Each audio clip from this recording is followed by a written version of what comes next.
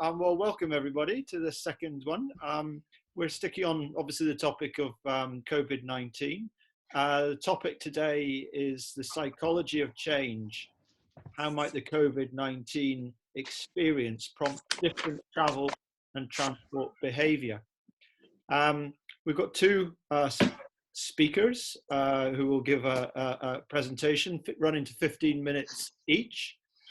And then we'll open to questions. Let's go to the two presentations. First up, we've got Pilo Willumsen of Kineo Analytics, who is a transport modeler and forecaster. So over to you, Pilo.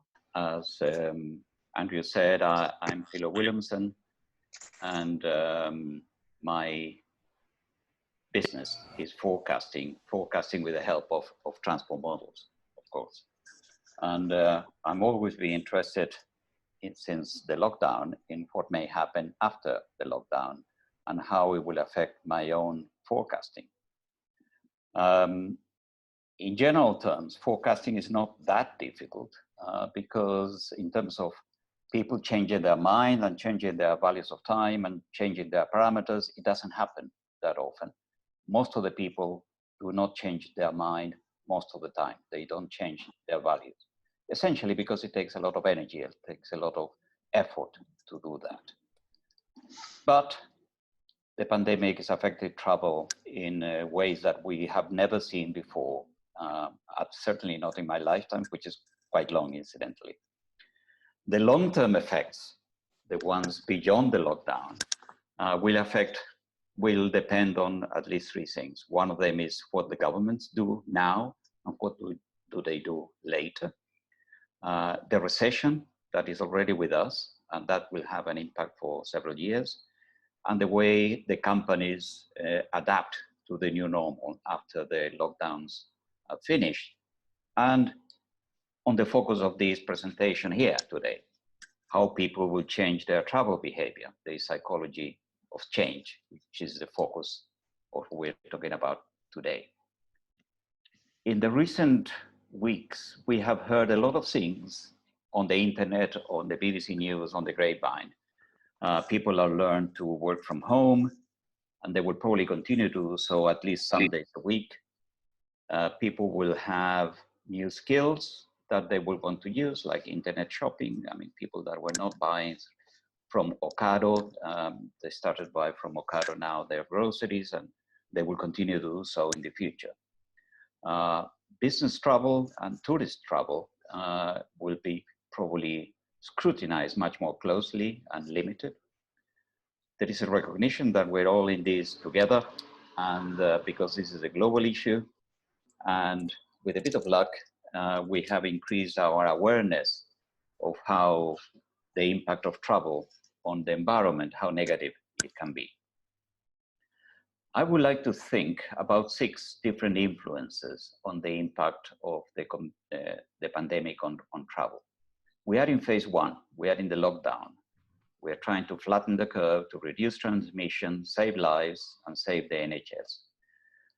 Then we will go eventually, probably early next month, in the second phase. We start relaxing the restrictions, and we will eventually reach the new normal. In between, we have a recession that is a result of these 2 measures, the phase 1 and phase 2 measures. And that will last longer than phase 2. And then we have 3 influences. What the government have done now and what they will do in the future, in particular in order to stimulate the economy again, to recover economic growth. What business will do, how they will adapt to the new conditions, because there will be a concern about improving resilience, so that if when this happens again, and something like this is likely to happen again, we're better prepared for it. And also people. And again, the center of the discussion here, will we change our travel behavior as a result of the pandemic? Phase 1. The policies that we have adopted in different countries change. They are not all the same level of lockdown. Britain is somewhere in between. It's not as hard as Spain and Italy, but it's a bit harder than Germany, for example, in terms of lockdown. And this is what Google reports on the impact on traffic and public transport in particular. And what is the impact in work, in a sense? How many people are actually going to work or being in places where there is work? And we can see the difference between the UK and Germany in both respects. The UK has been tougher on the lockdown. The second phase, we will only have examples from China so far, but the recovery is possible. And here is a picture from Capital Economics, which shows how after China started to relax, traffic starts going up again. Not entirely 100% of the base case or the baseline, but is recovering. And then we'll have the recession. We are already in recession in most countries. It will be deeper and perhaps even longer than the 2008 global financial crisis. This will affect economic activities, employment, incomes, and will bring down a little bit of trip generation. The effects will last for a few years, and some companies will not survive. And we have several candidates in our mind for companies that will not survive. This is again a projection of what the recession will bring in terms of reductions in GDP. And we can see that Europe is going to suffer. The UK is going to suffer in particular. This estimate of Capital Economics is a reduction of 12% in GDP. Recession, a deep recession. But in general, Europe will suffer, where Russia will not suffer that much. Even India will not suffer that much, according to this particular forecast. And then we have to look at how we will recover from this. The red line here shows where we are now at the end of April, in the lockdown period. And over time, hopefully, the restrictions will be relaxed in phases. That's why it looks like a stairs there. And as soon as we have the vaccine, we will probably remove most of the restrictions. And we will have, in the period of full recovery, only affected by the impact of the recession on GDP. The dotted line shows that actually we don't know exactly how this is going to pan out. We're going to have, at the moment, we can think of different scenarios for this future development. What happens with what the government does? It has taken measures to support employment, the furlough. That's a very important one. But it's also taking measures to support rail and public transport companies. And this is almost a partial nationalization in the UK, where these operations have been mostly done by the private sector. And it will take measures to stimulate the economy. All of these will increase public debt. And at the end of the day, we will probably have to pay it. And this is, in fact, the topic of the economist today. But also in the long run, the government is likely to change priorities in investment. And there will be more emphasis in health and more emphasis in improving resilience. I mean, this pandemic caught us with a bit of a very long supply chains for some key elements, and we should improve on that. On the other hand, construction and infrastructure in particular provides very good employment opportunities, very quick employment opportunities, and a good economic multiplier. So going back to Keynes, this will influence the decisions that the government takes in the future. But companies will also have to adjust their business models, and empty planes as we see them today are not sustainable. Supply chains which are being too complex, for example, in the auto manufacturing industry, will have to be simplified and made more robust to survive better. I would also claim, and this has been said in more than one place, that the pure profit motive, which was already criticized in the recent past, will be certainly much less acceptable now in the future.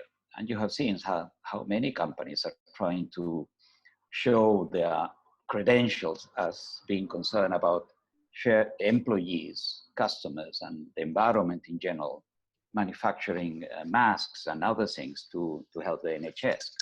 And this will probably, or hopefully, continue in the future, and stakeholder management will prevail over pure shareholder management.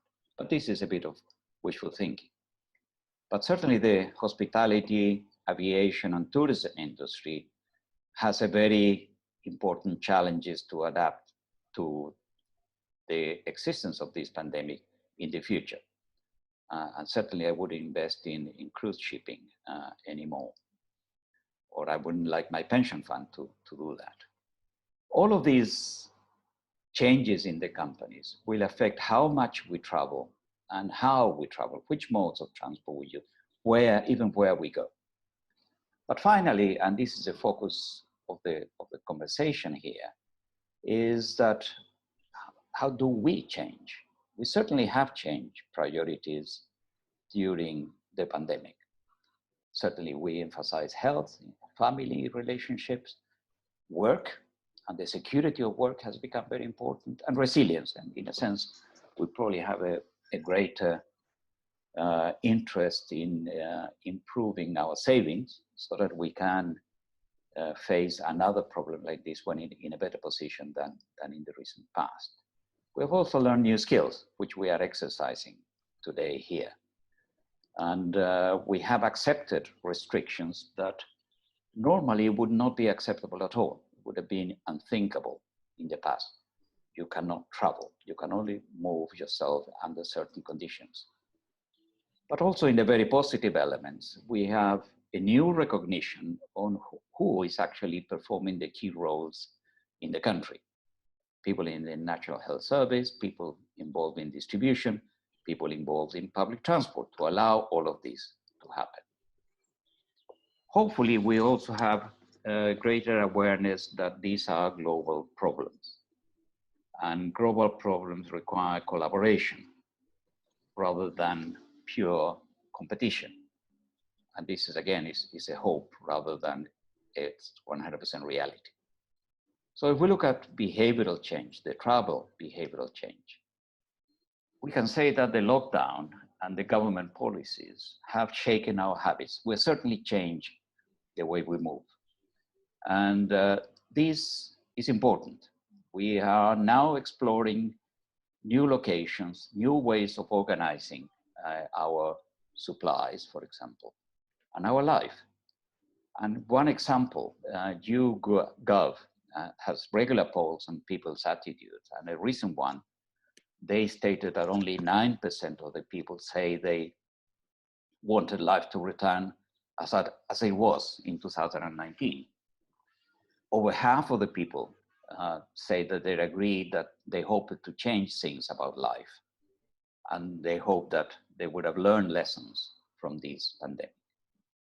I'm a bit skeptical about whether this will actually materialize in these percentages, but there are clear indication there that there is an intention to change. At least some people have some intention to change their habits. So we have the old habits where we went to restaurants and we flew all over the place under the influence of government policies. At the moment, we have some new temporary habits, like the one we are exercising now, and the use of bicycles and scooters to move from one place to another. And we will face new policies, hopefully, which will change our habits into new ones. Some of them are unknown, whether we will continue flying all over the place as we did. And others are probably going to stick for some time, like the one we're exercising now, distance working and presentations. What will be the new normal look like? Very likely we'll have to pay more tax. There will be need to repay the debt that we are incurring, and perhaps this is the time for more cleaner zones or road usage charges. Cycling and walking are strengthened. Public transport will recover, I think, but will recover fully, that's not clear. Connected and autonomous vehicles somehow seem to be less attractive, less glamorous now the fact that they will save time. But one of the reasons is that automakers will have less cash to invest. Automaking is suffering at the moment. Mobility as a service, we have there known, are we going to willing to share a ride in a small vehicle that we're never 100% sure how well it was clean and disinfected? It's an unknown. We need to answer that eventually. And what about international air travel for both business and leisure? I think it will be reduced. But ultimately, how much will we really change? And we have a tendency to really want to go back to the old ways. Again, another YouGov poll says that 63% of the Brits declared that they will be wary of visiting pubs post-lockdown. This is a very important habit that we have in this country. I doubt whether that will materialize in that percentages. Will we go back to old values and practices? It depends on both us and how we have changed, and the new policies that will be or are being adopted by governments. And my view is that we have about 18 months window, probably between now and the vaccine and a few more months after the vaccine is found, to develop these new policies. And we have examples. Milan announced an ambitious scheme to reduce car use after the lockdown and will turn a lot of kilometers into cycling, for cycling and pedestrians. And Paris is doing something similar. Everybody will say, no, I will do more kilometers than Milan will do. But again, is planning in the same way. And I would like to finish with the words of a guy I admire very much, Mark Carney, the Bank of England, ex-Bank of England governor, who thinks that the test of this change, potential change, is whether we give climate change, which is another risk multiplier as the pandemic is the high priority it deserves. Thank you very much. Thank you, Pilo. That's great. Let's go to Cliff now. Cliff Edwards. Cliff is of the Realise organization. He's a psychologist and behavioral analyst, and within that, he specializes in psychometrics. So over to you, Cliff. Okay, so I was talking about predictability and psychometrics and how predicting human behavior is both an art and a science, and how they come together in behavioral science. And I was saying that I will show on the screen either or both of these symbols to show what we think is, if it's this, it's an art, and if it's that, it's a science. So it's not always about what they say it's about. Can I flash through that quickly? Is that okay? Yep. Right, there is some overlap with Pilo's excellent presentation. I'll try to go quickly through those sections. Okay, so people create models of their world so that it works for them. This is just some from one area of psychology called neurolinguistics. And you can see that there's a wide range of models of basic ways that people react to the world. And indeed, there are also enablers like how you relate to stress. And uncertainty does cause a significant amount of stress in people, which is what they've been going through. It produces a hormone called ACTH, and that reduces your resistance and tolerance. Okay, so in psychology, we like to work with probabilities around the 1% and 3% error rate. But when we're talking about human behavior, in this sense, it's chaotic, or it appears to be chaotic. In fact, it's just really complicated. So just like a neural network, if you start a signal off or an event off, as it interacts, you can't predict what the outcome might be. So the probability is, I don't know. I guess a lot of people will be used to the idea of the butterfly ring effect in chaos, but it's something so complex that even the tiniest movement of a butterfly in one country tips the balance of decisions after decision after decision until it can produce a massive weather change in another, even tornadoes. So that's the problem with prediction in human societies is that it's this chaotic effect. The other thing I want to talk briefly about is the return and what will improve chances of people taking advantage of change and what will cause people to go back. So Jung said that everybody believes somewhere in themselves that they're immortal, and they keep that silent from the rest of their awareness so they don't ever have to face that. In fact, Freud went on to say that the fear of death can be so great that when you're on the edge of a cliff, it's almost preferable to make the event happen rather than have the anxiety of that event. So these are odd things that I don't think, you know, we normally talk about this kind of thing, but it does affect how people react. So what, as Pilo said, that we've had to change, and necessity is the mother of invention, as Robert Noyce said. So we've had to overcome our resistance, our anxieties to change because of this event.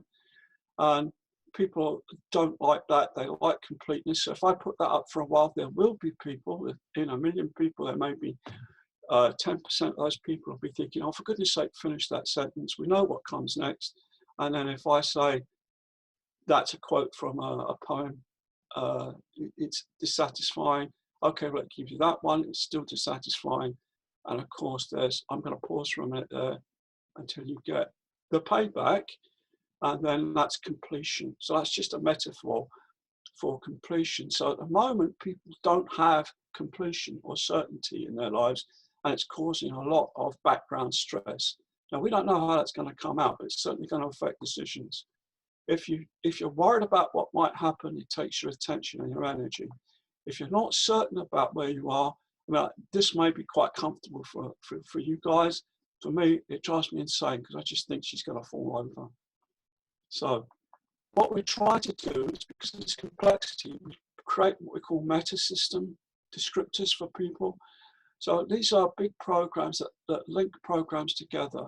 And what I've done here is I've put together, just thrown together, there's no science in this, a list of descriptors of people that might be out there right now thinking about this new system and whether they should go forwards or backwards. So we don't know if these are real. It's just what we call an avatar, a grouping of complex behaviors allowing to test a hypothesis, or to test hypotheses, the plural, sorry. So let's put that to one side. We've done this before with productivity quotient, and it's been received really well. What we're interested in is not what they say they're going to do, but we use emergent properties from data-driven analysis. In other words, the data we get tells us what their behavior is. And we don't ask direct questions like, would you like to change? And they say, yes, okay, that's a person who's going to change. We don't do that in these things. What we look at is how they answer apparently unrelated questions compared to how they actually behave. And that gives us a correlation. Then we cluster those together to give us descriptors of people. And that gives us a scientific basis for prediction of behavior. And it's been found to be really quite reliable. It's been going since the late 60s, and it's proven. McVitie's used it, Guinness used it, and they've done very well out of it. So if I take, just for illustration, some of these avatars that I've thrown together and put them into a system where we're looking at whether they're going to change their behaviors or resist them, well, I put myself here as an experimenter. So my view is there's a lot of resistors and waiters around. If you are a resistor, you might see that smaller and see the risk takers and the rebels as bigger groups. But you can imagine, we haven't built psychometric for this, so this is just an illustration at the moment. You can imagine that these are the people that find it easier and faster to try changing behaviors. But you could also say, could be after the event, that this is what people retain, possibly up to 35% using new systems. Or you could have the view that it's 10%. Until we do the psychometrics, we can't be sure. What I'm actually trying to convey here is that this is actually a system of chaos, that the prediction of it is really difficult. And that the only way to really test it is to look at how other systems change, as Pilo was saying, and also to run psychometrics, proper psychometrics that use this emergent property analysis. Okay. So will they change? Will they revert? This is the kind of profile you kind of expect, but again, it's what they call face value. It's not scientific. This is the art of psychology. You can get a BA or a BSc in psychology. I've got a BSc. However, again, reinforcing Pilo, if change is inescapable, inevitable, beneficial, required, we tend, as human beings, we're adaptable, we find a way to make the change happen. But when that change is established, practiced, and routine, going back to the old order, becomes the change, becomes the anxiety state. So will this last long enough to recode people? Well, that's a good question. What a person does is more true than what a person says, and the brain is always under construction. However, the way society works, travels, interacts, is built to suit the jungle. We can change, like the Industrial Revolution, the Cyber Revolution. We're now in always on and connected society. We've been forced to work remotely. We've adjusted. Some of us prefer it. However, our schema system, if I can use that one term, it's just one of many, it describes a process. Like you wake up, you brush your teeth, you have your breakfast, you go to the station. Those become patterns, meta patterns. And the theory, actually, there's a lot of evidence to support. As soon as you brush your teeth, then you can key back into that schema and you'll trot off to work in the same way that you always did, allowing for the differences. So we do also have, as well as this ability to adapt, this ability to go straight back to our old schemas in a blink of an eye, and it's actually stored in a separate part of the brain. It's the cerebellum. Okay. The first time a person gets up for a normal day, after a period of change, the old rituals will key in the same behaviour as they used before, for most people. So that's really the psychology part. I wanted to just point out, because we do a lot of stats, that this is that blue line in the middle there is the curve of epidemics, and it looks like it's an acceleration. I went back to the early 1500s, but I've just looked at since the 1950s here. It is accelerating. So if it's 7 years between epidemics, more likely to be 5 years next, and then 3, 2. The driver is the density of population and the travel ability of the population. It's unlikely we will go back to the old system, but the virus mutates, or at least it reproduces every 3 minutes. We take 20 years. So we can't outrun our maturity in terms of that. We just have to get smarter, and that's what we're really good at. But it is coming. It's kind of inevitable according to the data. I'm not talking medically here. I have no medical qualification. I'm purely looking at the data, and often the data will give us good answers. However, the World Health Organization and the ONS are doing their best, but even they are saying it's difficult to predict. Okay, so I just found this thing to reinforce that point, that all of the systems are increasing. Okay, I guess the last thing I wanted to do was I did a graph of the total deaths, and if you imagine that mirrored and inverse, it suggests it's a 600,000 deaths, but it could be a lot more. Okay, and I was shocked myself to find that ordinary flu takes between 4 and 9% of our population anyway. And it looks like COVID is en route to do at least that. Not a good story. So that's me, done. I'll hand back to Andrew. Hope I'm on time, Andrew. You're bang on time, Cliff. That's really great. Thanks ever so much to both of you. Yeah, let's open now to discussions. There's a few things coming in on chat.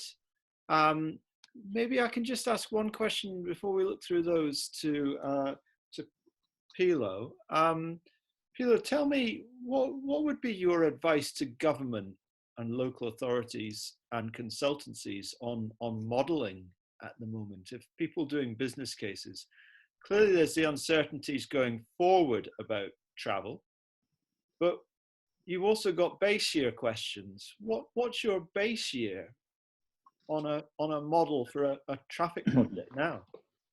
Certainly not 2020.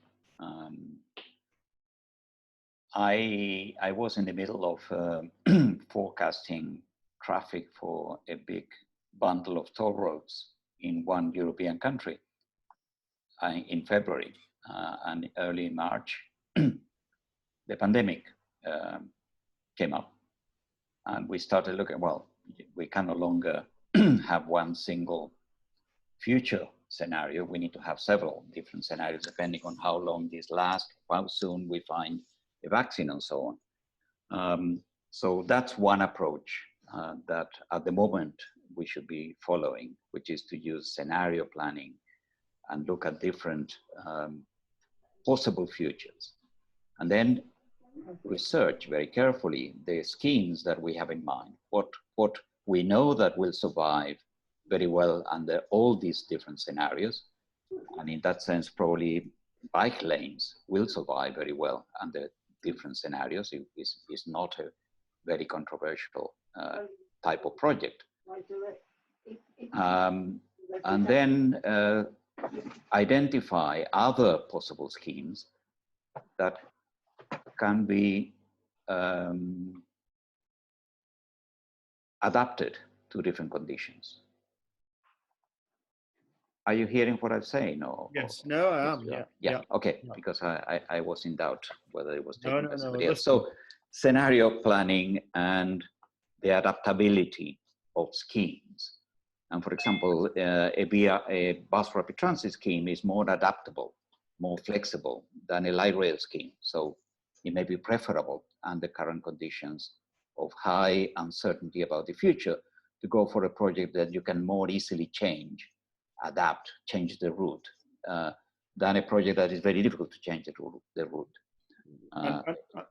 But going back to the question on baseline, you said not 2020, but I mean 2019 might be completely wrong as well. I mean, 2019 will be wrong, but not as wrong as 2020. That's true. And what you should do is to start with 2019 and then look at these alternative futures, which will be indicated by what is happening now and what is likely to happen early in 2021. This is not going to finish this year. This disruption is going to last at least until the middle of next year. My guess, my estimate today.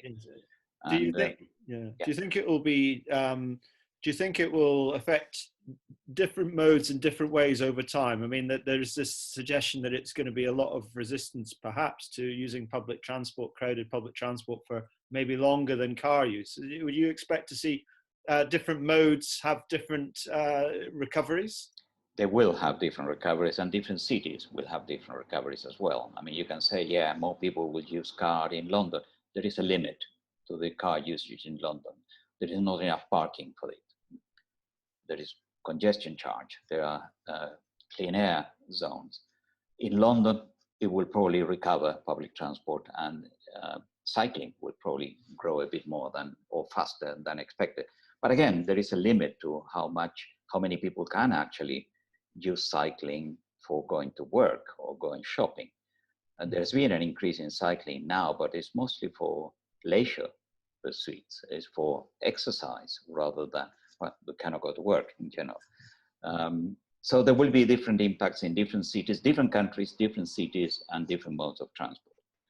I'm not too worried about public transport. I think it will recover. It's much easier to show that they have been properly cleaned and looked after than an Uber, that you can never be 100% certain that it has actually been properly sanitized or not, or how long ago it was. Interesting. Okay. Well, look, let's go to some of the comments on chat. Can I'll invite various people to take off their mute, actually. One thing I just see is Alberto Brignoni, Italian anyway. Greetings from Milan. Hi. Alberto, do you want to join in? Do you want to just... Hi. Oh. Tell us, because we've heard about Milan doing some interesting things. So tell us what's going on. Yeah, well, situation is not easy. Of course, as you can imagine, we've been affected hard from the coronavirus. And you know, the situation here is very, very complex. And my concern is about when things will start easing a little bit. So the city is taking some actions. As I was writing in the chat, they say the low emission zone will be released or eased. Basically, they will not charge cars to drive to the city. But, you know, my wife, she works in the city center. And she said, well, I will go by car. And say, well, okay, where do you park? So even if cities will take actions to allow people to drive more to the city, there are structural constraints or economic constraints. If you go to the city center and you want to park for a full day, it will be like 20, 25 euros a day. Can a worker afford that? So there will be, you know, physical structural constraints that have been created in the last years, and they will not be easily sorted out. So one option would be maybe to have offices opened more hours a day. Why a post office should not be open from 5 a.m. to 11 p.m. or things like that. I don't think public transport will actually be an option for, if, you know, Pilo said, okay, you public transport will recover. Probably. But for the next months or maybe couple of years, people will be reluctant. They will not be happy to travel in congested subways. They will not be happy to travel in congested trains. And the public transport authorities are already stating that capacity will be reduced to 30% maximum. So there will be no capacity in public transport, or very little capacity. No capacity to park your car if you have to go to the city center, or it's going to be very expensive. Right. Interesting observations. What about, just can I just ask you, Alberto, we've heard that I picked up suggestions that the authorities are going to put in more permanent bike lanes and things like that. That's true. Is that true?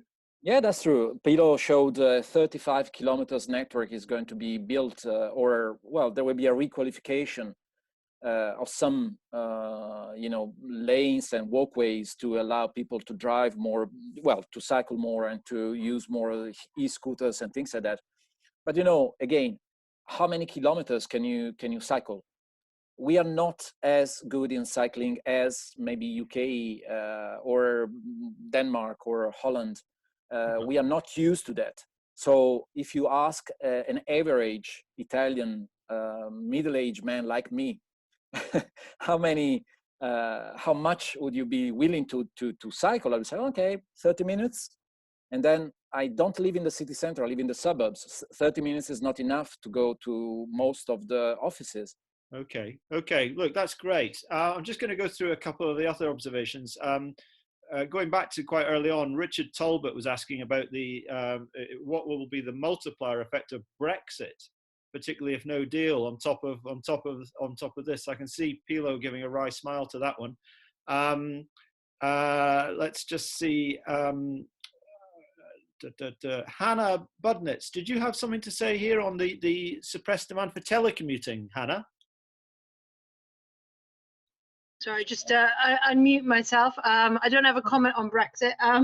No, don't worry. No, moving on to your question, or the comment you were raising. Yeah, well, I mean, I've definitely seen a few different studies. Some based on you know, further investigation of the National Travel Survey, and some based on sort of doing more complex modeling of people's choices for telecommuting. And there's indications that there's more people out there that would like to telecommute once or twice a week than are doing so at the moment. So I wonder whether the barriers are not so much the type of work they do, but that some people aren't allowed by their bosses. I was sort of responding to somebody above in the comments. And now that those bosses have had their hands forced, that they have to realize that people can work from home and need to at times, then it might be that the trend that I think a lot of people expected when telecommuting first came onto the scene in the 80s and 90s in America, they expected the trend to proceed much faster, might actually be accelerated now. Right. I did read somewhere one big company where the bosses were all keen on working from home, but the younger staff all felt it necessary to be in the office to kind of further their careers. So maybe we'll find the offices run by the young people and the bosses all lying at home. I don't know. Yeah, I mean, there's definitely a lot about office culture as well. That's more in kind of economic circles rather than transport circles per se. And I think that it'll be interesting to see how that has changed. Yeah. Now that everyone, you know, a bit what Pilo was talking about, now that everyone has seen what they can actually do. Yeah. Yeah, interesting. Okay, I'm probably running slightly behind on reading these messages, so forgive me if but I'm trying to keep up. But Roger Geffen, you've got something to say. Are you there, Roger? Do you want to? Just on meeting, thank you. Yes, all right, good. Hello, Roger. Hi, how are you doing? All right. Yes, I was just sort of keen to sort of link this discussion to some of the things that we were covering the last time around, particularly given what Pilo said about climate change and also the role of government policies in influencing behaviour change. Now, it struck me that government policies. There's a sort of two-way relationship between government policy and public attitudes and behaviour. Government policies, to some extent, are a reflection of what they feel people will vote for, or at least will not get them voted out. And one of the things that we've seen is that people are more willing to accept society's rules, whether they're made by the government or sort of behavioural norms, if they feel that everybody else is doing the same. Now that sort of makes sense, whether you're dealing with the climate crisis or the COVID-19 crisis. If a few people change their behaviour to adapt to either of those crises, it doesn't work. If only a kind of minority go social distancing, we fail to tackle COVID-19. The same is equally true of climate change. One of the analogies between the two is we kind of need societal norms in order to deal with the climate change crisis, as we have found with the COVID-19 crisis. Mm-hmm. There may be, therefore, I'm wondering if there's going to be a greater acceptance of government policies to press us to change our behaviour in order to tackle the bigger crisis that many people can see coming. And you know, that in other words, that government policy will have a stronger effect on public behaviour because public behaviour is calling for it than has happened in the past. Right, interesting one. I think we touched on this last week, as you said, Roger, and I think there was kind of some views that different people will react in very different ways to, you know, some people will feel so relieved by the end of this, they won't want to be here told there's another crisis they've got to adapt their behaviour to. And people who think that the climate crisis does merit behaviour will be emphasising that even more.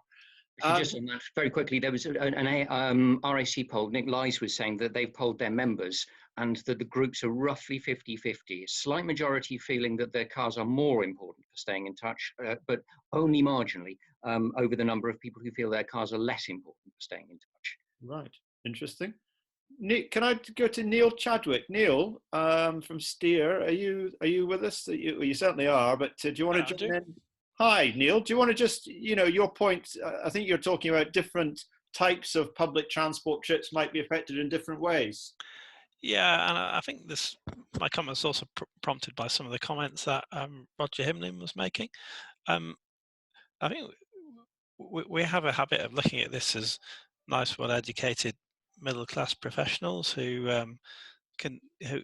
have our comfortable home working, where we can, you know, we've got nice Wi-Fi and so on. But a lot of people don't have that choice. You know, a lot of people, they work in a factory, or they work in a shop, or they work in a warehouse, and because of that, you know, they have no choice but to travel to work. So we have a choice, and I think we have a potential habit of projecting our choices onto everyone, whilst a lot of people have no choice but to travel. So I think there are going to be some people who are desperate to travel. You know, they want to get back to their factory job, they want to get back to their shop job, they want to get back to their warehouse job. And so there are parts of the public transport network, the tube, local buses, the tram system, where I think there'll be a lot of pent-up demand and people will want to use it. And then there is the longer distance travel, a lot of which is discretionary, so longer distance rail travel, a lot of leisure trips there, a lot of business trips, people traveling internationally on holiday by plane, where actually you do have a choice. Mm-hmm. What, and I guess the question for operators is not knowing how the public is going to return. What, I don't know whether you have any thoughts on this, or maybe someone else does, but you know, should public transport operators anticipate just laying on their previous timetable as soon as the lockdown ends? Well, that's going to be a challenge, isn't it? Because you take away the discretionary trips, they're going to lose a lot of revenue, but you need the timetable that they're operating, because that's the thing that creates the basis that people are travelling for their journey to work trips.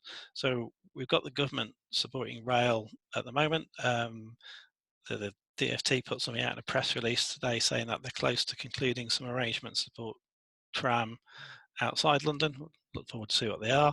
But I can't see that being a short-term measure. If we want to go back to that level of service, we're going to, it seems to me as if they're going to have to be some longer term support. And going back to how Pilo was talking about it, it's the effective nationalisation of that public transport. Okay, no, that's interesting, very interesting. Chris Béraud, you dropped me an email saying that you wanted to bring up the different impact of men and women. Do you want to just say a bit about that? I've been doing, can you hear me? Yeah. I've been doing some in-depth interviews with couples who are locked down, and contrary to this view a lot of people have that people will start working from home, I'm finding that a lot of men are actually a bit fed up with having to share household duties and the impact of children on their work, not being able to isolate themselves, and can't wait to get back to work. And it's not long been known that, you know, the amounts of leisure women have is different to men because they do a disproportionate share of childminding household work. So I'm just wondering what impact that might have and whether we're being perhaps over-optimistic about that. The other thing is I was working before lockdown on bus decline. And again, women disproportionately make bus trips. And I'm just wondering, you know, is there going to be a modal difference in impact of the lockdown? And is this decline in buses going to result in lots of companies just not wanting to run buses anymore? So I'm trying to think through this differential impact on men and women here. Okay, right. That's interesting. One or two of the points there, you were talking about kind of operators as well. Does anyone want to come in on this specific point on men and women? Have we got anyone on that? No? Okay. Well, I was just going to say, actually, Andrew, that it is interesting because, I mean, I'm sort of reading through the comments as well about telecommuting, and if telecommuting in the UK previously was only around 8 or 9%, it has quite a lot of room to grow even before you get into lots of people who can't telecommute because of the nature of their work. And where this relates to men and women is that it is in a lot of cases women who want to be able to have the flexibility because of caregiving responsibilities that make up quite a bit of that suppressed demand. They want to be able to, and there's also part-day telecommuting where can they start a bit later so they work from home, get the kids to school, be able to go in a bit later, so it could spread the peak quite a lot as well. So I think that that's all related. Yeah, so in terms of investment, clearly spreading the peak will have a big impact on justifications for various schemes. Lillian Burns, you've got a question for Cliff Edwards. Do you want to read it out? Or shall I read it? 3, 2, 1. Okay, I'm going to read it. Lillian, I would be interested to know from Cliff Edwards if he thinks the psychology of the wider public will change. After some time of being directed what to do, might people be more willing to follow what they are being advised to do? And what they will be advised to do will be governed by politicians' thinking and psychology. Do you want to answer any reflections on that, Cliff? Yeah, there are two clear factors out there. I left out a whole side of my presentation that actually addressed this, but there are the rebel and the conformer. sorry to talk in avatars, but it's easier, that if the government decisions can be understood and they're rational, right? For instance, they're closing off parks and places for us to exercise, and a lot of us are thinking, well, you know, I get what they're saying the logic is, but it doesn't make sense to me. So I think if authorities make decisions which make sense to us, then it will increase our the conforming side of us. But if it doesn't, we're going to start getting more and more insecure about their decisions. We need to understand in our terms what those decisions are about, why they've been made. And it's really hard sometimes because coronavirus is very different to other things that we've come up against. But it's like a wartime situation where the overall meta message, if you like, the meme that goes out, I don't know if people are aware of what that means, but it's the concept that goes out is for the greater good, and this is an overriding factor. So while that emergency is there, and while the fear is prevalent, then I think people will want to conform. But if the government don't show us in our terms why we need to conform, I think it starts to build resentment in the public. So a lot of people are drawing parallels between this and climate change. Do you think, as a psychologist, do you think the kind of the emergency message is the same in both these situations? Oh, I'm sorry, I don't see that. I mean, that's just a personal thing. It's not as a professional. Why don't you see it? It's closer to a war where you've got a common enemy. And people always said, we'll solve all our problems on the planet if aliens start to invade us because we've got a common enemy. COVID is a common enemy. Just like, you know, it brings people together. Right. And you're not convinced that... We don't have to be a psychologist. If you go out, people are pleasanter, more welcoming, more forgiving out there. There's less anxiety between us. We're in it together. But a lot of people in transport think that the climate message is equally urgent and equally an emergency, and the same principles should apply. Are you saying you're personally not convinced that the parallels are strong? I think one of your other speakers said it really well, that, you know, we're judging that as if we're of a certain intellect and maturity. I think that there's a great deal of fear, and the one thing I know about fear is it reduces intellect. You know, so you know they're going to look less at issues that aren't immediate. If someone's standing in front of you with a gun, you're not going to be worried about climate change. I think climate change is important. Don't get me wrong. But I'm just saying that human beings are more interested in the immediate threat. So in a sense, until after this is over, it might be difficult to get leeway. It's a good time to make points. It's a good time to raise the issue, but don't expect a lot of support while people are still worried about just getting the hell out, get down the pub, or taking their kids to school. I've got a daughter who's locked in, trying to run a job, and they've got A shift and B shift. So she does Monday, Wednesday, Friday one week, Tuesday, Thursday, Friday the following week, while someone else takes over the other half of her job, because she's got 2 young kids to bring up. And that's not easy when you can't take them to school. Yeah. And your husband's trying to get to work at the same time. It's a tough time for everybody. Yeah. Climate change isn't important, it is.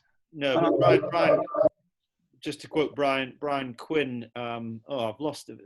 The issue with the climate message is that very few people feel it affecting them directly, so don't see a need to adjust behaviour. And that's kind of the same point that you've been making, isn't it? Exactly. Thank you. I hope that answers the question. No, that's great. Roger French, you've just said something on the messenger. I'm going to bring you in because it's quicker than me reading it and interpreting it. Just to say, I agree with Cliff. I think I think there is a lot of comment and thought about climate change, but an immediate issue for people using buses and trains is going to be, where am I sitting? Who's going to sit next to me? How are bus and train operators going to cope with social distancing rules or expectations, whatever it is, for at least 12 to 15 to 18 months, particularly at peak times? It is quite likely there will be a lack of capacity to cope with school buses, for example, or buses going to various at work, someone was observing earlier that we're all fine sitting at home doing teleconferences, but for example in the Midlands there's a food warehouse distribution factory where Stagecoach have had to now run 4 buses instead of 1 to get peak workers to work, simply because of social distancing.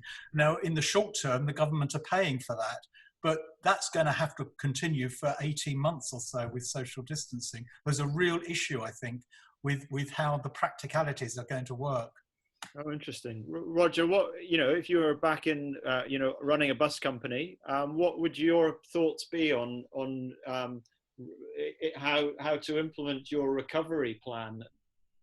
Well, it's like trying to, as we used to do at Brighton and Hove Bus Company, every year try and encourage more people to travel by bus by looking, well, what frequency shall we increase as a bit of an investment next year, and that will get more people travelling on that route. You're always trying to keep the supply slightly ahead of the demand.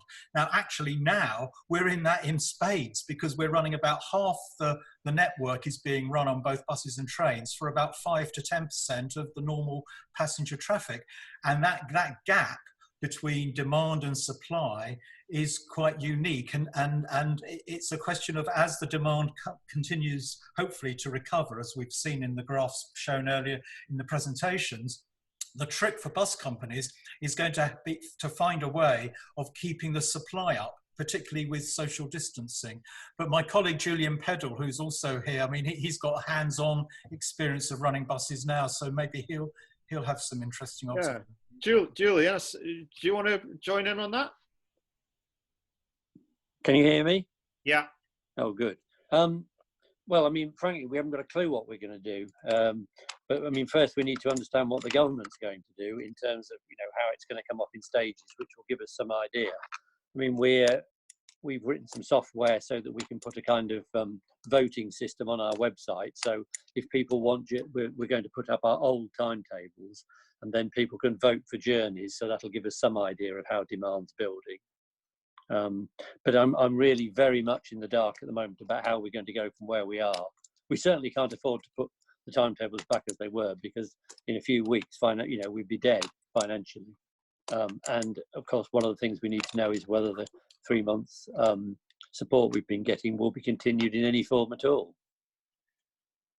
And how do you reassure people about social distancing? No idea at the moment, none whatsoever. Is anyone doing any work on that, like CPT perhaps? Or I think, again, it's understanding really, are masks going to be not compulsory, but are they going to be the socially acceptable thing to do? I mean, I'm slightly more interested in how the central line is going to work, because if I can see how that works, my somewhat emptier buses might be able to work. Right. Thank you. Okay. So many different bits of discussion here. I mean, the one thing I've noticed, just on a very anecdotal level, and it's probably because of the nice sunny weather, is how much cycling is going on. It's incredible. I'm seeing cyclists, I mean, not only all around the estate, but on all the rural roads where you'd never see cyclists before. I wonder how, whether people are dusting these down, and whether we'll get a long-term dividend in that, in terms of people sticking on 2 wheels. Anyone want to come in on cycling? Go on, Rogers probably does, but is there anyone else who does? Any cycling fans out there? Can I come in on that? Yeah. Okay. Hi, David Davis from PACTS, and also a very keen cyclist, and almost feeling guilty about how much I'm enjoying cycling at the moment. I live in London, and it's very evident that there are people who are taking up cycling for the first time, or virtually. There are families out cycling, especially as the schools closed. You would not see them normally. And if I can sort of link that to a point I put on the chat, there is a lot of discussion about can we take this forward in terms of tackling the climate change agenda.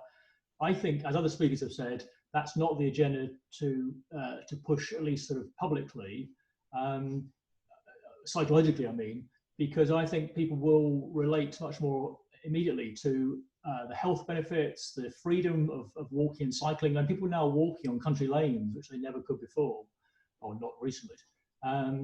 The clean air, the emphasis on local communities, local businesses, local familiarity with your neighbours and so forth. I think if we push those things as well as the climate change, then I think we could sort of lock in some of the benefits and the desire for change. Obviously, that's going to be backed up by prices and taxes and provision and all that sort of thing. But I think I would, like to see a stronger emphasis on those other socially beneficial objectives. Okay, yeah, that's an interesting one. I guess with car drivers and motorized traffic in general, this whole thing, maybe this comes back to Pilo. I wasn't quite sure of your cryptic kind of comment about clean air zones, whether you thought this was an excuse to put them in or not put them in. But if there's less traffic on the roads in these cities which are supposing to have to introduce clean air zones, surely we don't need to introduce the clean air zones. Anyone? If I can comment briefly. Yeah. I mean, this is some thought that came to me from the idea of autonomous vehicles. Actually, autonomous vehicles have to, and mobility as a service vehicle, have to run empty every now and then in order to serve other customers. Now it's very easy to think about charging them because they're empty. So there is a tax without anybody suffering directly from it, only suffering indirectly. So there are special opportunities in which you can introduce tougher measures than normally, simply because of the conditions are more conducive to it. And this is one of them. The pandemic is one that creates, on the one hand, the need for money for the government and authorities, because there are more important things to do in health investment. And there is an intention, I think, or I hope, to deal better with environment, because although it's a problem for us now, it's a much bigger problem for our children and our children's children, who will have to pay for that. So it is a good opportunity to introduce either road user charges or clean air zones with some payment for the not so clean vehicles as well. There is an opportunity to build more cycle lanes and so on. There's an opportunity to speed up some of the good policies that we have been thinking about for the last 5 or 10 years, and we have always been slow to implement. And this is this little window of 18 months, in my view, which we can take advantage of it and not waste the emergency. But are you also do positive things? Right, but those positive things are also negative things economically. I mean, if you're putting new charges onto motorists who've just had their small businesses hammered by coronavirus, that's surely not going to be politically palatable, is it?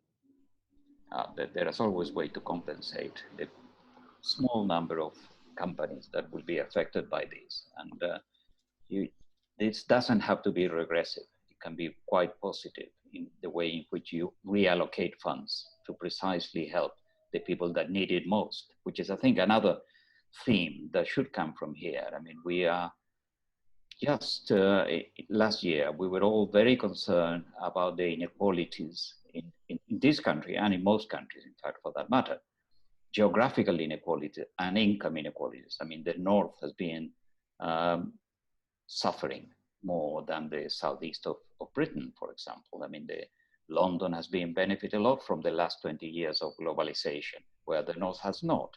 And a re-pivoting to the North, which is part of the justification for HS2, is a good thing. It's a good thing that should continue. We should not stop that just because there was a pandemic.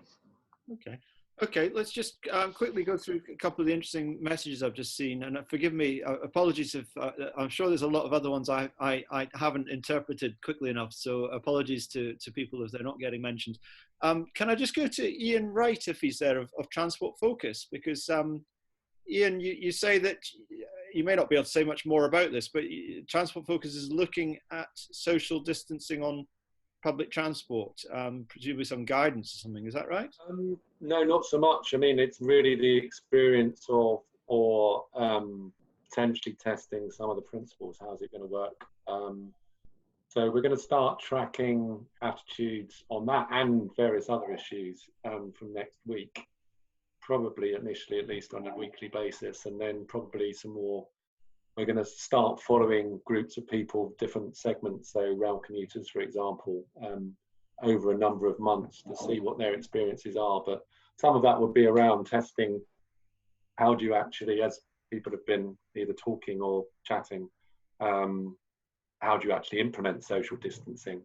And it is getting that balance, isn't it, between what's actually feasible and acceptable to either a private bus company or to the Treasury for the rail network, and what is actually going to stop someone getting on a train or a bus. And you know, it's quite possible that you know, anything more than a quarter full is going to look full to a passenger. So I think it's really trying to get an understanding of what's the new full, and it's certainly not going to be the old full, is it?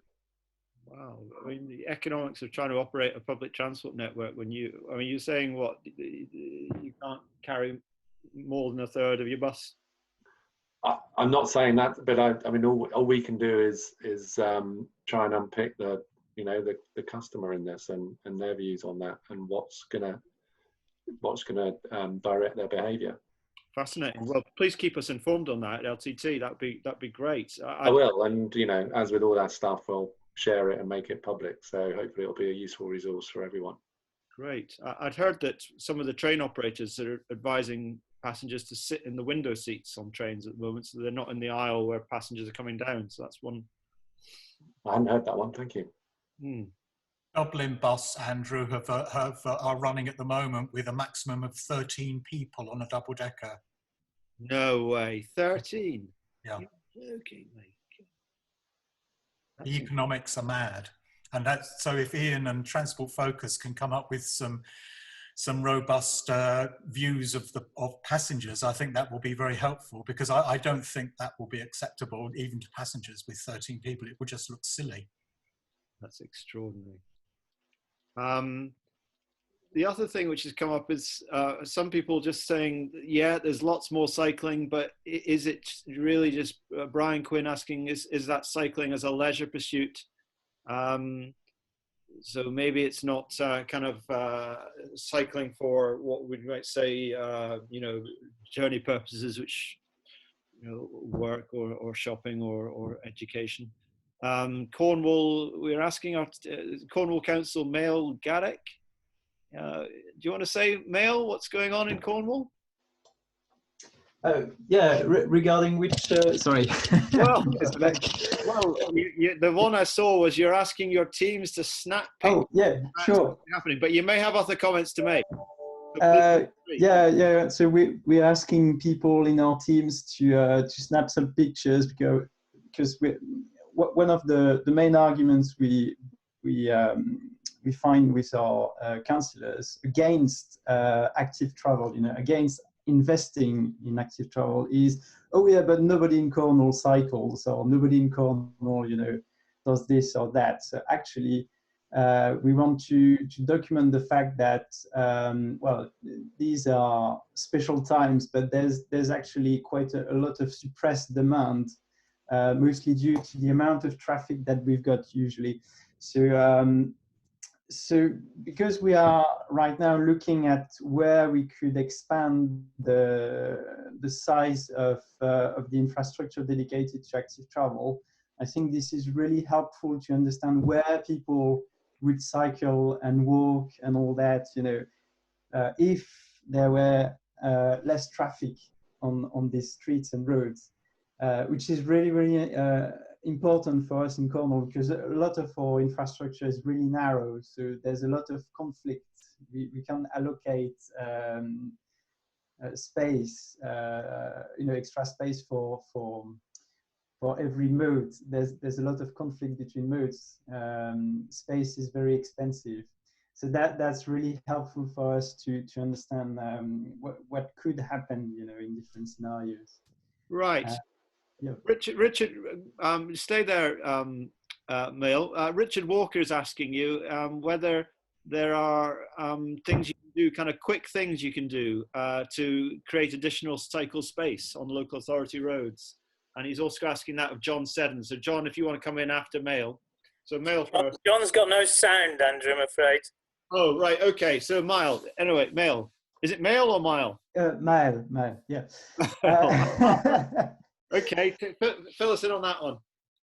Yeah, so right now we're working with our highway teams to find solutions. So because we don't have that many resources, we've mostly focused our efforts on our capital in Cornwall, so Truro, because that's the place where we've got a lot of offices. It's basically the office town in Cornwall and the shopping town in Cornwall. So we've got usually a lot of people converging to this area, and here for the first time we don't have this all this influx of cars. So we are looking at the highway network here and trying to figure out what kind of space we could find to allocate to cycling and electric vehicles. I think electric micromobility is something that is going up steadily. So we're looking at e-bikes and electric scooters.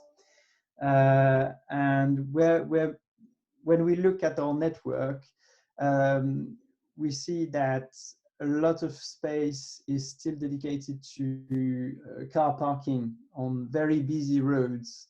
And sometimes there is a specific place in Truro that I always take as an easy example, which is the single road that goes from our rail station to our city centre, where you will find an entire lane which is only dedicated to 30 cars, parking 30 cars, where in fact all day long you've got thousands and thousands of people walking and driving along this road. So there's plenty of space that we could really easily use here. The point I was making earlier in the comments was that because of the very low traffic, which is, well, from what we can see, potentially going to stay as low for several months, we could basically just neutralize an entire lane on plenty of roads without having any negative effects on traffic congestion. Right. So potentially we can test things like that temporarily, and then go to the people and ask them, do you want this to stay as it is? Yeah. So with the current experiment, or do you want to revert to the old normal? Okay, interesting stuff. Okay, I just want Brian Quinn. Brian, you've been chatting on the on Zoom, the chat site. Is there anything you want to say, raise from all the points you've heard and all the points you've been making? I mean, I suppose one of the interesting things, I'm an urban designer by background, so I'm not a sort of transport planner, but I suppose what I've observed as an urban designer is the speed with which other highways authorities in other countries have moved on creating temporary measures, literally stuff being craned off the back of lorries overnight. And it might not look very pretty, but it's being done, and it's being done really quickly. Some cities were doing it 3 to 4 weeks ago, maybe 5 weeks ago. And I suppose it's interesting from my point of view to understand, well, what's the hold up here? Is it people not wanting to stick their neck out, or is it some people have said literally they have no resources, all their staff have been redeployed? It's sort of a challenge, I suppose, as to why this isn't a huge opportunity to actually be pretty radical and to try things out almost in a way that you just can't, you probably could never try out normally. And so it's trying to understand that appetite for radicalism, or is it actually there isn't an appetite, it's more waiting for normal to come back? That's a very interesting point. I know Transport for London have said they're looking at things. I haven't heard whether they've decided anything this week or put anything in this week, but is there anyone who would want to comment on those points? feel free if you do. Well, I'll come in, Andrew, if that's all right. It's Richard Walker here. Yeah, I mean, I think as a country, we ought to be a little bit embarrassed if we're unable to do a demonstration project somewhere of the kind of thing that, you know, it's really interesting to have the colleague from Milan saying Milan's thing's not as impressive as it might look to us from abroad when you're actually there, but it's still, they're still doing something as a kind of, to recognise the fact that they were hard hit by COVID, and when they come back out of COVID, they're going to have a nicer city to return to. And I think there's a lot of British cities that could do exactly the same thing. We've now been hit about as hard as Lombardy here in London, and I'm sure the Mayor of London could say, you know, guess what? Central London's not going back to the shambles it has been in the past. It's going to be a lot more traffic free than it was. I'm sure that that's possible. I'm personally, as part of the decarbonate stuff we're doing at Leeds, at Leeds University, we're just, and we've been speaking to Roger Geffen about this, is just to get some contact with the actual traffic engineers in local authorities who've got to do this stuff and understand what the barriers are, and, you know, if there's any assistance that they need to overcome those barriers, whether they be institutional or actual practical, you know, practical and logistical ones. But I think it would just be a shame that if, you know, in 3 months' time, not a single English city's done anything interesting or impressive because it was too difficult, you know. Okay. Pilo, you've just shared an article on the chat about recovering public transport patronage. Just in case anyone's missed that on the chat, there's a web link to it. We've gone to, it's an hour 25 in now, and I'm wondering whether we should start to bring things to a close. If we were, I was going to maybe just invite Pilo and Cliff if they wanted to say any kind of closing words from what they've heard. And then I would probably sign off, but if Peter wants to take it forward further chat, then by all means do.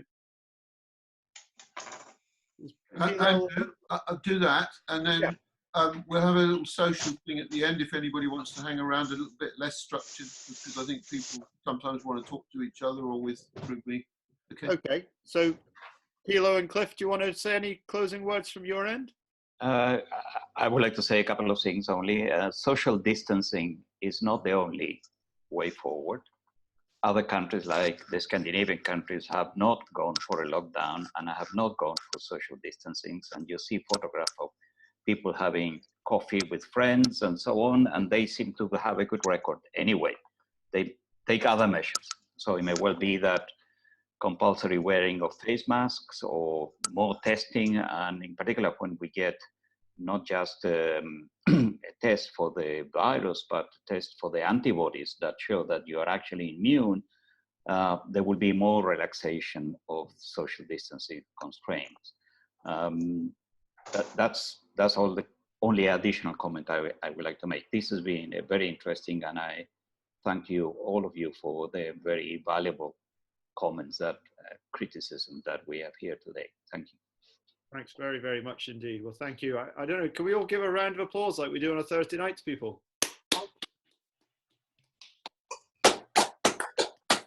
Okay, Andrew?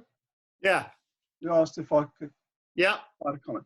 Absolutely. Up in the questions, I noticed for me a really interesting question about, you know, why is COVID different to other great catastrophes like floods and fires? And the simple answer to that is, if you look at any horror movie, it's almost the thing you can't see that's the most frightening. And COVID is the invisible destroyer. So that's one of the reasons it produces some of these reactions. But I totally agree with the person who wrote about that there could be another, there could be significant impacts in other areas. The other thing I was going to ask, because as a non-trans, I mean, I've worked in transport for many years, but you guys are much more experienced than I. If you're talking about 13 people on a bus and maybe 30 people on a train or 50 people on a train, where's the other 150 going to queue? Because if I look at my local station, it's going to go right back through the town and up the hill. It just seems crazy. I don't know how they're going to organise it, you know. That's a stupid question. I apologise. No, I think that's a fascinating question. Observation. Well, thank you as well, Cliff. It's been great. Much appreciated. Yeah. Well, look, I'm going to hand back to Peter. I thought that was a great hour and a half, and we've got some other people saying, really appreciate it. So thanks for everyone for joining in, and over to you, Peter. Thanks to you, Andrew. Well done. I'm amazed how we steer away from the core issue in some fantastic byways through Cornwall rural roads and things. Lovely stuff. Thank you. We're down, I think we were peaked at 80 odd and we're down to 40 odd now. And last time we did continue for 10 minutes just chatting. I'm happy to do that if anybody wants to, because it's a bit like the after session at a conference where some people hang around and others don't. I'm quite interested in what other subjects we should tackle at future sessions like this. I've got a few thoughts, but has anybody kind of got something they think would make a good 1 hour plus conversation?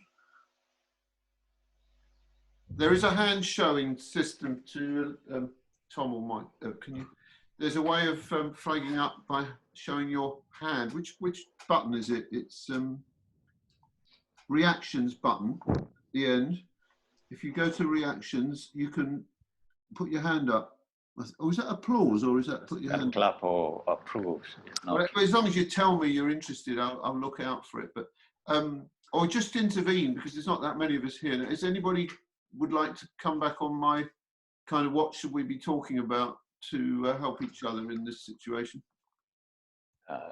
If I may say a couple of things. I mean, there are two comments that came very important in my mind. One of them was, what can we do now in the short term to demonstrate that we can reallocate road space in a more equitable way? And that's, I think, is specific ideas on how to do that and how to put pressure so that this is done would be a very useful thing.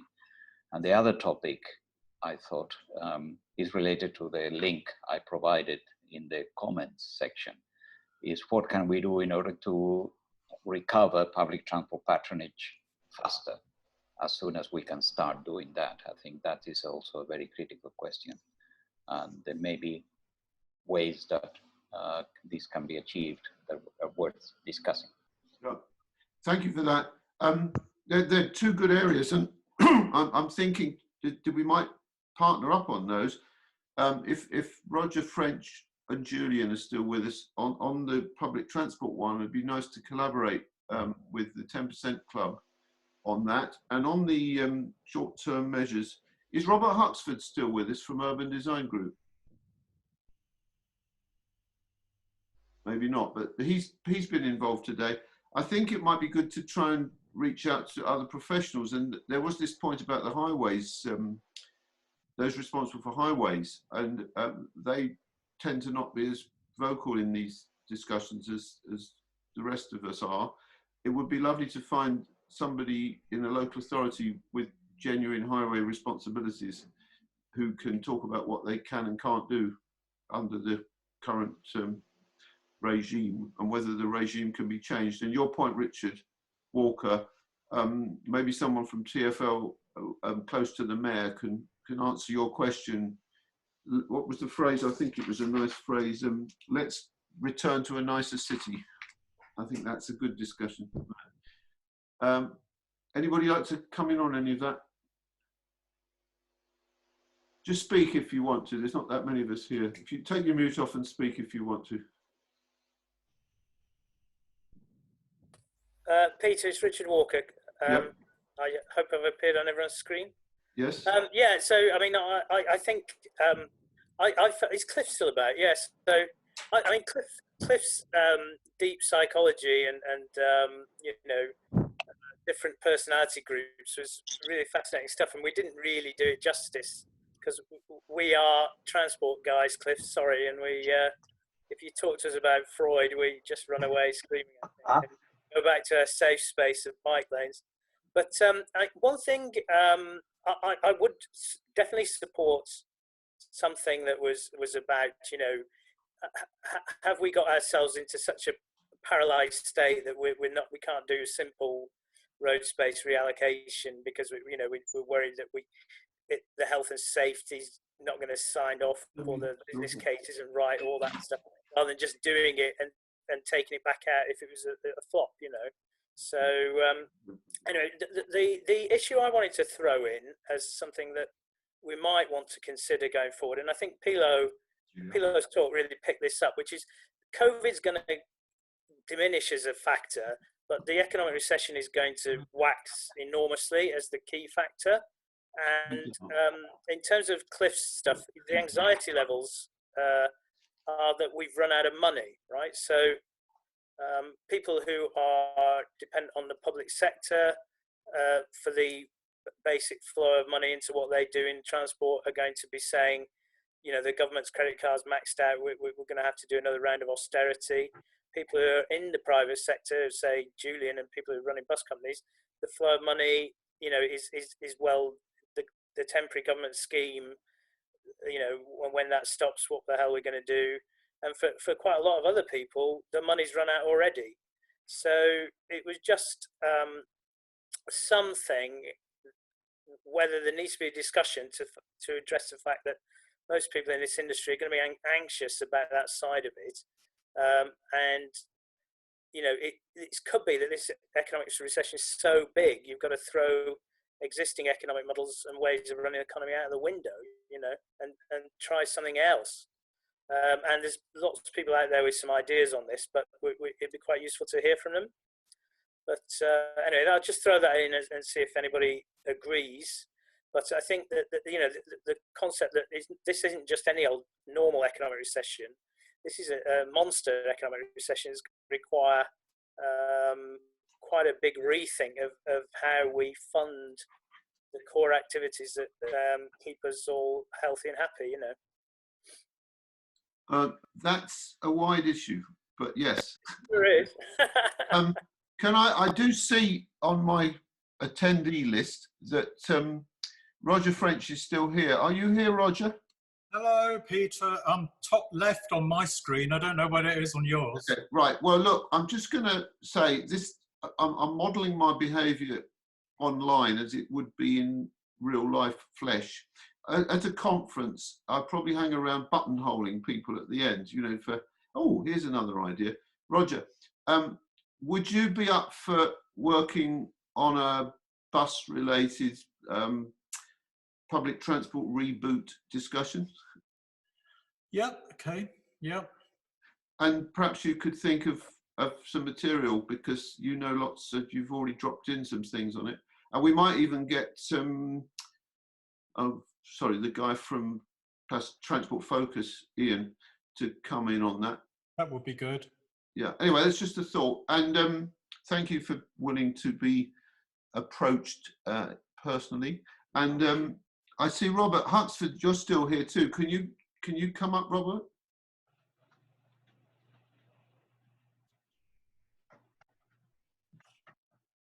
Maybe he's here. Maybe he's on, but not here, if you see what I mean. Robert Huxford here?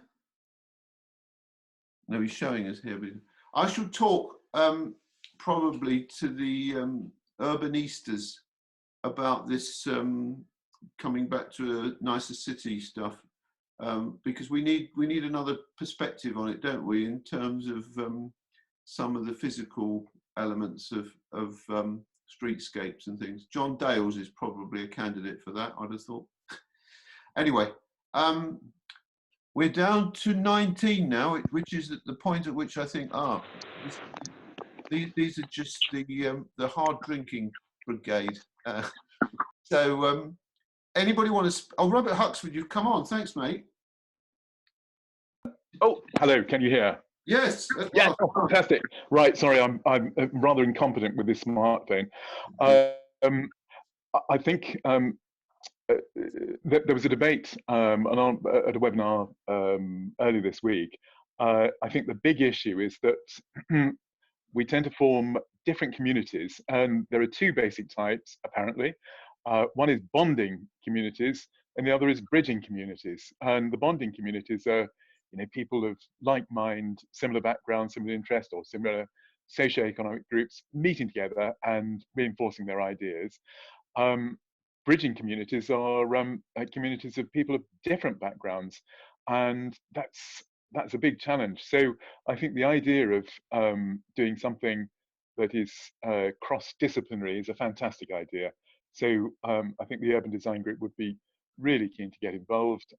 There's a discussion at the moment going on as to how public realm could be reconfigured, and it involves consideration of the traffic signs regulations and all that sort of malarkey.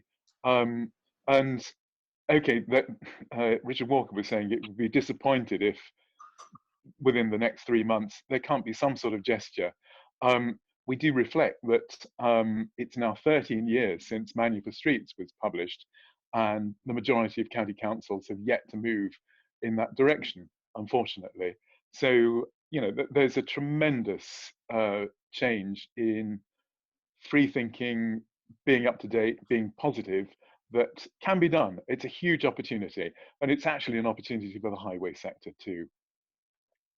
Excellent. Well, I think I've got 2 possible future events, and I've already got a couple on the boil anyway. So I think we'll be back every fortnight tackling some issues. But if anybody wants to drop me any line on anything else, please do. I think I've now come to the point where I think we're fizzling out. So I'll put a final word on and then finish. Can I thank Pilo and Cliff very warmly for your introductory contributions. This time we've tried a bit more heavyweight content on the table rather than just quick comments from panelists, and I think it's very helpful to have that. And thank you all who are still here for your feedback, comments and contributions. I think it's a very rich discussion, and every time we have it I can think of the next one. So that's probably a good way to leave this this afternoon's conversation. Can I wish you a safe and pleasant weekend, incarcerated as you may be, or enjoying your country estates in some circumstances perhaps. But thanks for coming today, and I'll be in touch with the next one.